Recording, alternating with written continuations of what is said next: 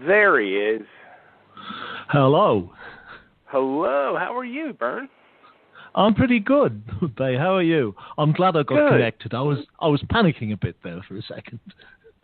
You know, it's funny because I've been trying to do an interview with Phil Campbell's son with our new band. And, right. Yeah.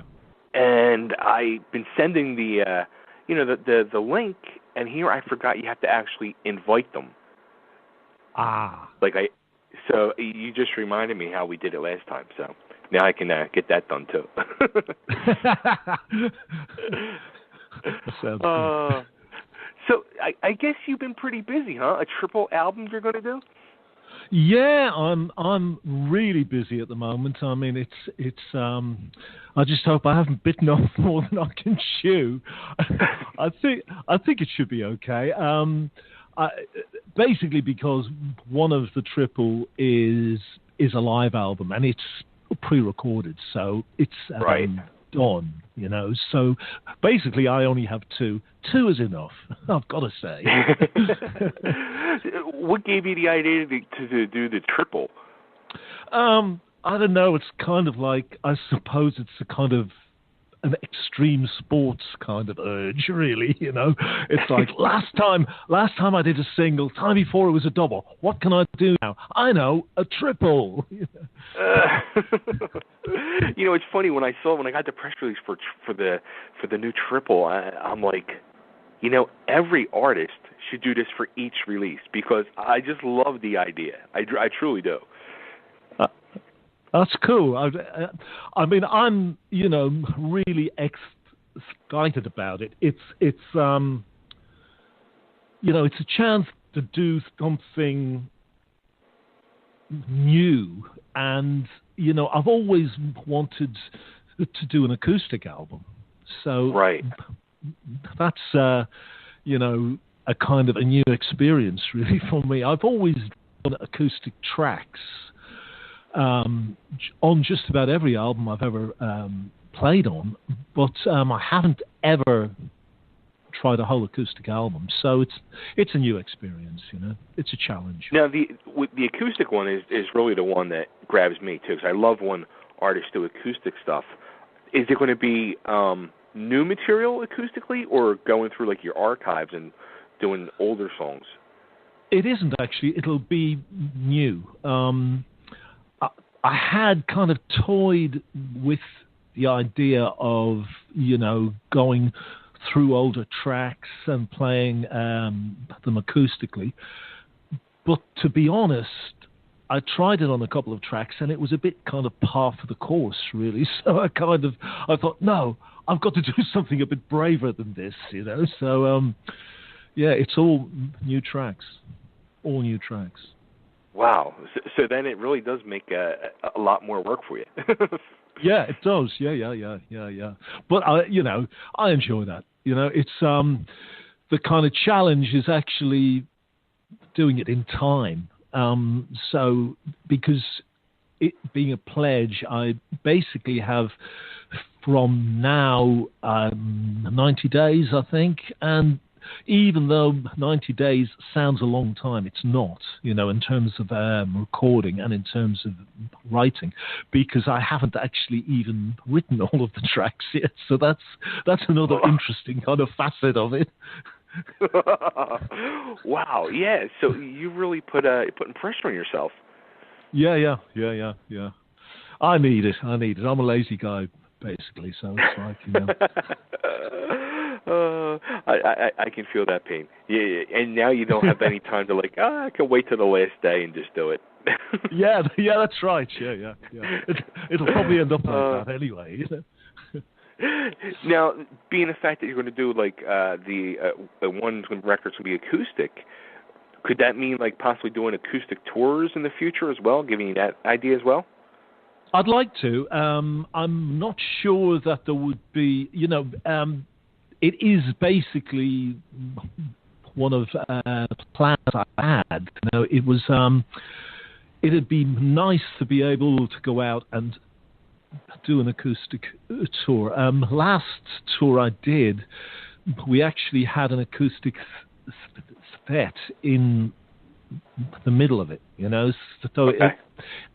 and it was great. It worked amazingly well. So it is an idea, yeah. Yeah, I mean, Right. someone's actually kind of come up to me and said, "Bernie, please do an acoustic tour." So I'm waiting awesome. still. Now, if I'm not mistaken, last time we talked, I think you actually, when we were talking about the whole PledgeMusic thing, I think you were actually saying like the next album you might like go away from PledgeMusic for this one and take a break from it. But yet now you upped the ante even more. Yeah, I have. I mean, I had. If it had been just a live album, I'd probably have passed on Pledge and not done it. But because it is a kind of a large project, there is the kind of financial aspect of having a budget and having a decent budget, you know, to spend time on it. And Sure. there is also the PR aspect of it. You know, a Pledge project is just great in terms of fans. It interests them, you know. Sure. So, you know, that was an aspect of it too, you know. And, you know, being the fact that you say that, like, something, too, I was thinking as I was putting some questions together was, do you think this is also a new way to gain fans as well? Yes, I do. I mean, I've noticed this time I've had... I mean, even though it's only been about, 10 days, I've had an awful lot more Japanese fans. I've had a lot more US fans too. So it is a way of broadening appeal, I think. It is interesting because, I mean, the kind of old plan of being on a record label, I mean, that is so hard nowadays because if you aren't Rihanna, they don't want to pay anything, which is, probably understandable in my case, but, there's a lot of other bands too. So, well, this time you actually you reached your goal in under 9 hours, I saw. Yeah, that was crazy. 8 hours, 45 minutes. I couldn't believe it. I mean, it was just absolutely insane. And I was at 200% in about 2 days. I mean, it was just like, wow. I have to say I have the best fans on the planet. I mean, they really support everything I do, Great. It's funny, too, because one of your fans actually has connected with me and become a fan of mine, and I think she's from Japan, Kyoko. Oh, yes, yeah. Now, that's cool. Hi, Kyoko, if you're listening to this, Oh, she'll be freaking out because she's always requesting you, whether it's, that's nice. With Dee Snider or with, it's just solo stuff or with Gillan. I mean, she's always requesting music from you, so it's great. That's cool. That's cool. And speaking of Dee, I saw that Dee had a Pledge project recently too. Which is it's spreading, it's catching on, I think too. A lot of larger artists are approaching it as a good idea now. I think it is. I think it's a great idea. I mean, especially the way the music business is today. I mean, not only does it help the artist, but I think it helps the fans too, because you actually truly feel a connection and part of the project. Yeah, I think that's true, and it's great as an artist because you can communicate and talk to people. And I just sent out a little video clip because a guy asked if I could show him how I played Gillan track I played on in 1980. So I did a clip of it, and people loved it. It's just a kind of I wouldn't have ever thought about doing it if I hadn't had that amount of contact, and wow, it's a great idea, Yeah. Yeah, I mean, you never would have thought, 25, 30 plus years ago, of having the ability to do that. That you never would have thought it would have been on that type of a level between the artist and the fans. No, that's true. But then again, 25 or 30 years ago, I didn't think I'd be alive now. So it's like... Well, how about that? So you met both of those goals for yourself. Yeah.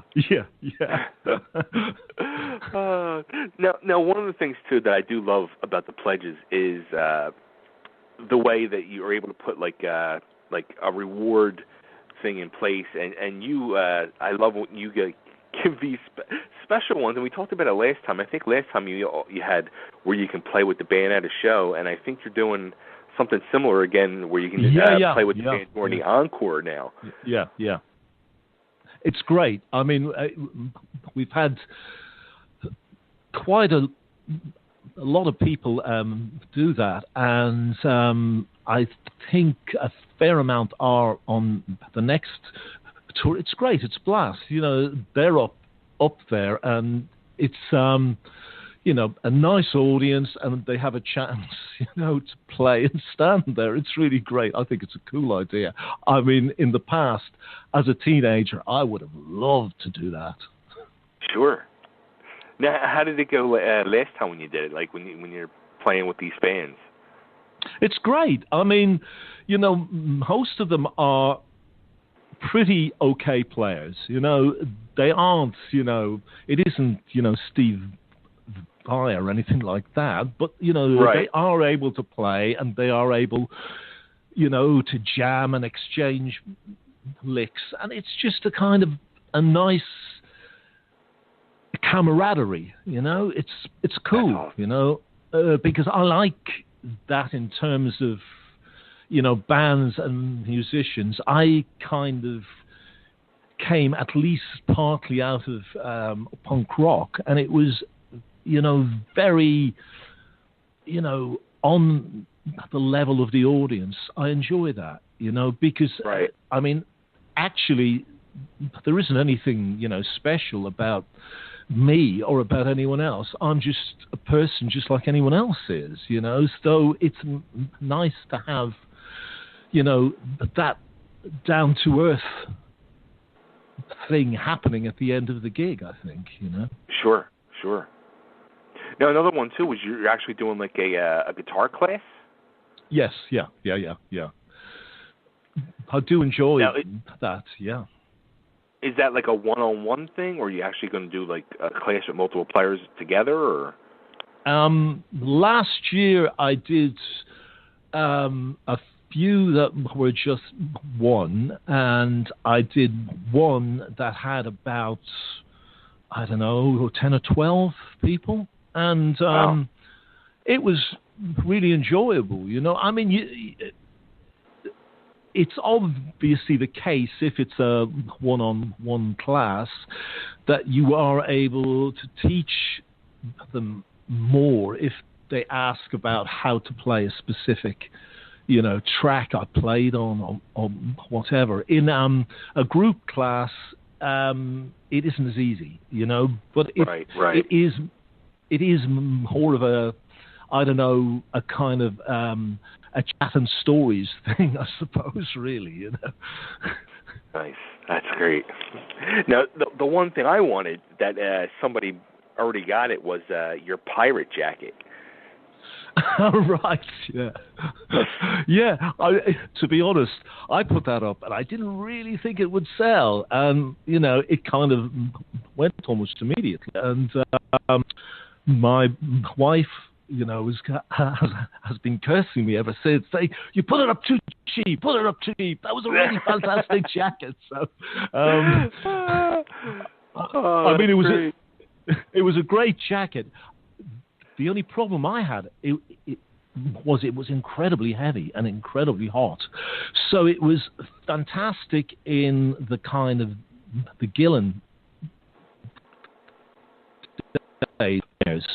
But in a club, man, you could not have it on in a club. It was just like, it was like having a kind of Afghan coat on in a club. Yeah. I mean, you would just be so hot, It did look in the picture like it was really heavy. That's what I was thinking too. Yeah. Now, how do you how do you decide on what to pick when you're picking out something like that? Is it I would be hard to part with stuff. Yeah, it is. I mean, I kind of, in the old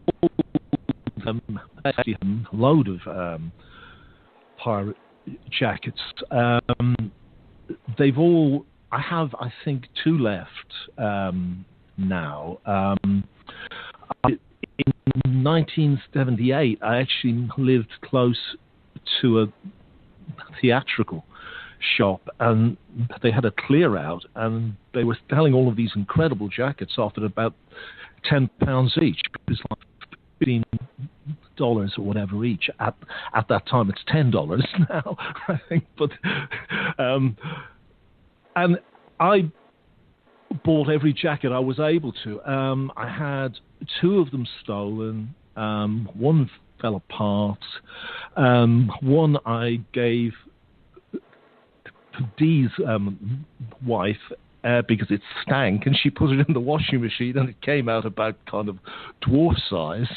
So it was like, the end of that. And I had those other few jackets left, but to be honest, I haven't been wearing them at all. So I kind of thought, it's the time to have a clear out. I mean, it is actually hard to pick items, Sure. It's a hard choice, it is. And, to be honest, I thought I'd still have it at the end of the pledge, but I don't now, so that's how that one went.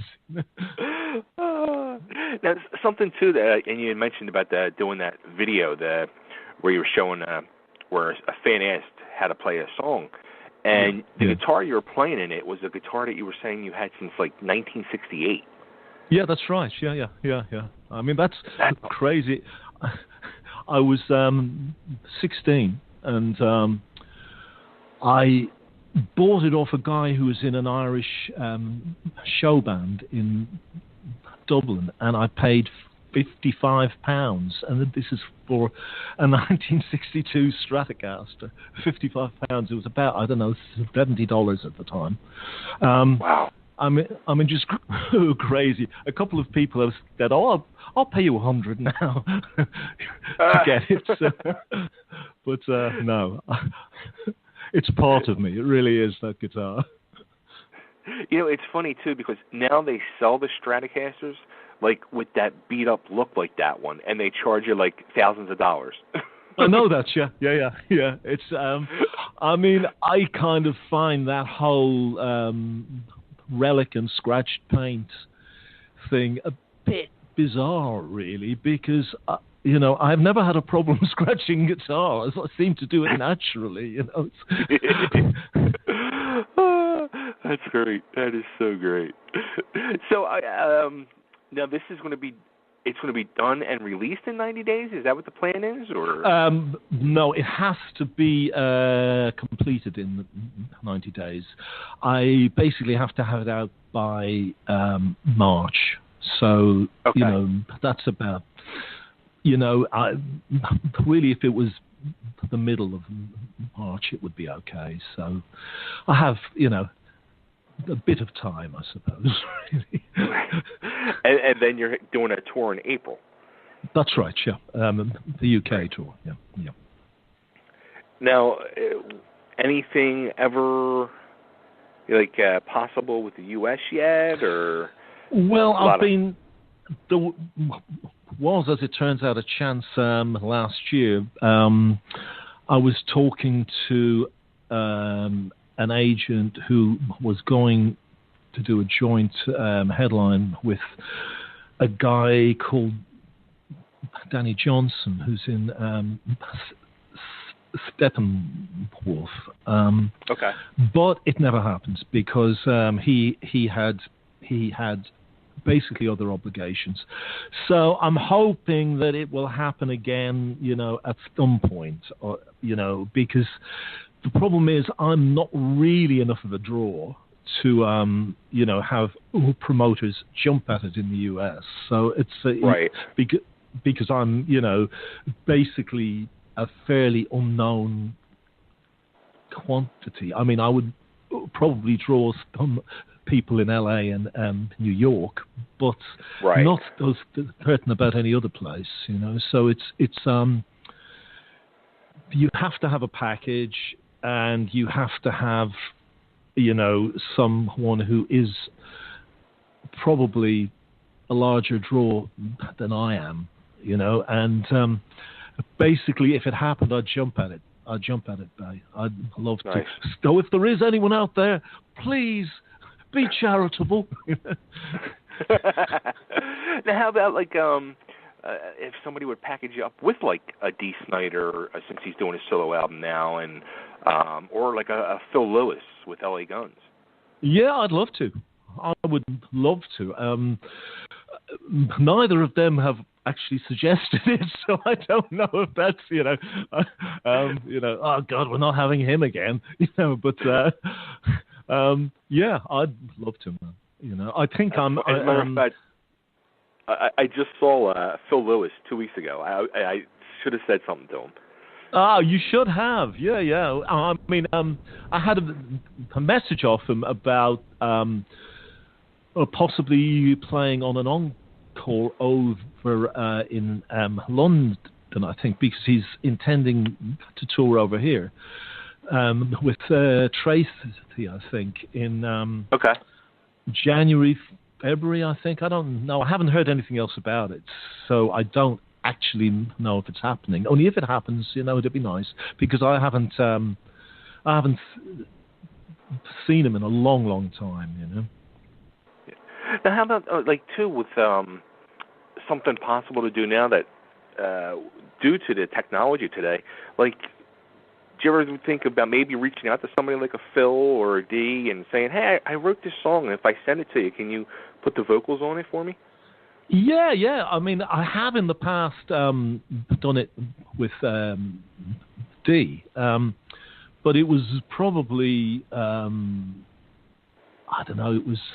It was on an album I think called Wild Irish or White Trash Guitar. It was on one of those two, and it was a song that we had intended to record in Desperado, only it never happened. So, yeah, it's an idea. Yeah, definitely. Right. And how about now for the future, too, since Ian Gillan just recently put out a vinyl box set. Did you have any ideas or any thoughts about doing something like that for yourself? Well, on Flowers and Dirt, I actually had a vinyl LP, a double LP. It's a bit of a kind of a challenge, I have to say. It was not a great experience in terms of trying to have it done on time, and it's incredibly expensive. So you have to have, it was okay. It broke even, and a bit of profit. But man, I mean, the delivery times, they're just like crazy. They're just like, hey, it'll be there on a certain date, and then we'll call up and say, oh, well, actually, it's 2 months late. So you kind of like that has actually happened again in terms of all of the Gillan thing. It was originally intended to be out, I think it was the beginning of September, and it's never happened because basically the pressing plant ran out of space or whatever, So it's an incredibly difficult area at the moment. Yeah. No, I was going to say it's funny. You would think like all these years later with the technology, it would have gotten easier and cheaper, but yet it's like way more expensive now and a lot harder to get it done. Yeah, I mean, the interesting thing, I don't know how it's in the US or in Europe.